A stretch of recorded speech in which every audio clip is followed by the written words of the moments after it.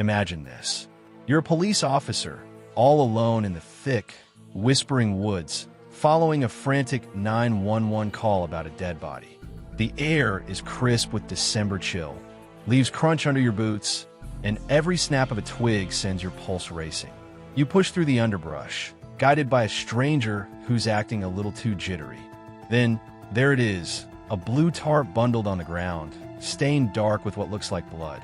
You peel it back, and horror stares back. A naked, mutilated corpse, eyes gouged, skin reeking of gasoline. And just as your mind reels, you hear movement in the shadows. Is it an animal? Or the killer, lurking, watching your every move? This isn't some thriller movie. It's the real-life terror that unfolded for Officer Azure on December 23, 2022, in the tangled forests near Lake Jackson. What started as a routine welfare check spiraled into a gruesome tale of torture, paranoia, and a twisted mind that could belong to anyone hiding in plain sight. Buckle up. This story will keep you glancing over your shoulder. It all began with a desperate call to dispatch. A man named Jamie, voice trembling, reported finding his best friend lifeless in the woods.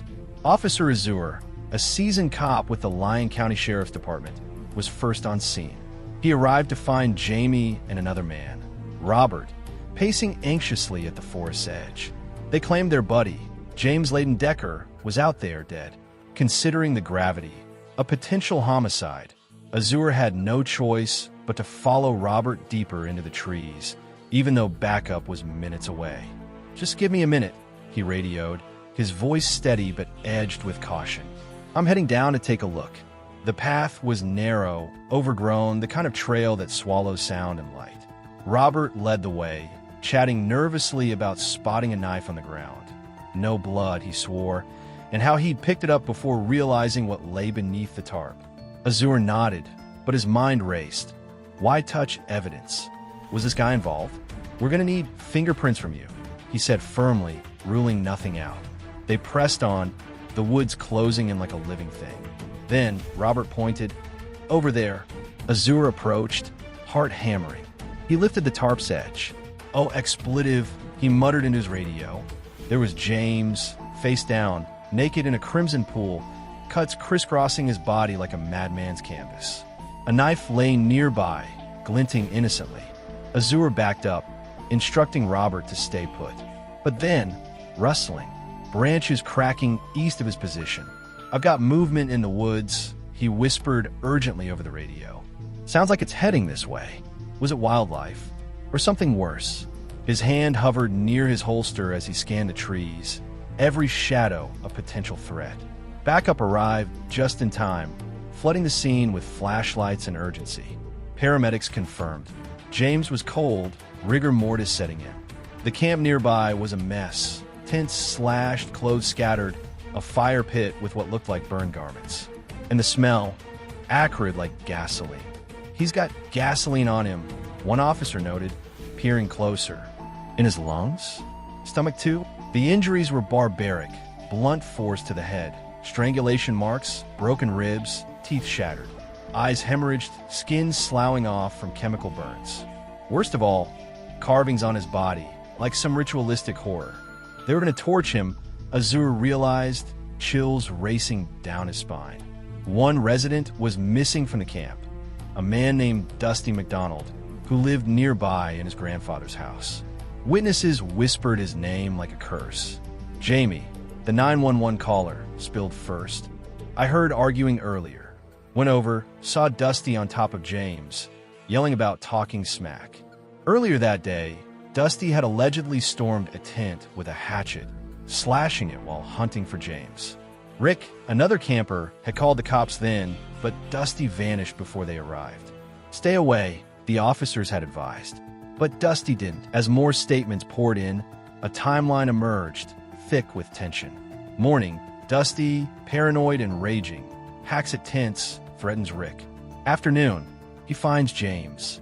Witnesses hear shouts, see a scuffle, Dusty pinning James, words flying like fists. Just hashing it out, they thought, shrugging it off. Hours pass in eerie silence. Evening, Jamie and Robert check, flip the tarp, and bolt for help. Dusty's the one, they insisted. He's violent, carries knives, thinks he's Rambo. Officers pieced it together. This wasn't a quick kill. James had been tortured, beaten, strangled, force-fed gasoline. Why? To burn the evidence? Or pure sadism? The scene screamed calculation, a killer reveling in control. With Dusty's name echoing from every interview, police tracked him to his house. They surrounded it under cover of night, knocking firmly. "Come on out, Dusty." He emerged, hands up, but his words tumbled out in a frenzy. "That man tried to light me on fire. It's all on surveillance." Dusty claimed self-defense. James doused him in gas, threatened him. Officers exchanged glances. The gasoline smell at the scene lent a twisted credibility. But Dusty's eyes darted wildly, his story laced with paranoia. "Y'all know what happened down there," he ranted as they cuffed him. Back at the station, the interrogation unfolded like a descent into madness. Dusty sat calmly at first, rambling about being an owl, watched, monitored, a victim in his own delusion. "You know what that means, right?" he asked the detective, as if sharing a secret. Schizophrenia, unmedicated, gripped him tight. He spoke of retinoids, photographic memory, calling himself a god. Buried in the nonsense, admissions. "That was my first," he said vaguely, hinting at the murder. "He threw gas on me. I hit that Neo." The detective pressed, "Walk me through it." But Dusty deflected, believing he was there to give intel, not confess. Interviews with camp residents painted Dusty darker still. He offered showers and laundry for a fee or favor, lording control over the homeless. "Come get clean," he'd say, but cross him? Threats with sticks, machetes. "He's always angry," Jamie said. "Thinks everyone's out to get him." Paranoia fueled violence. Generosity masked manipulation. One wrong word, and James paid the ultimate price. The pathology report sealed the horror. James endured hours of agony. Fractured face, strangled neck, ribs snapped like twigs.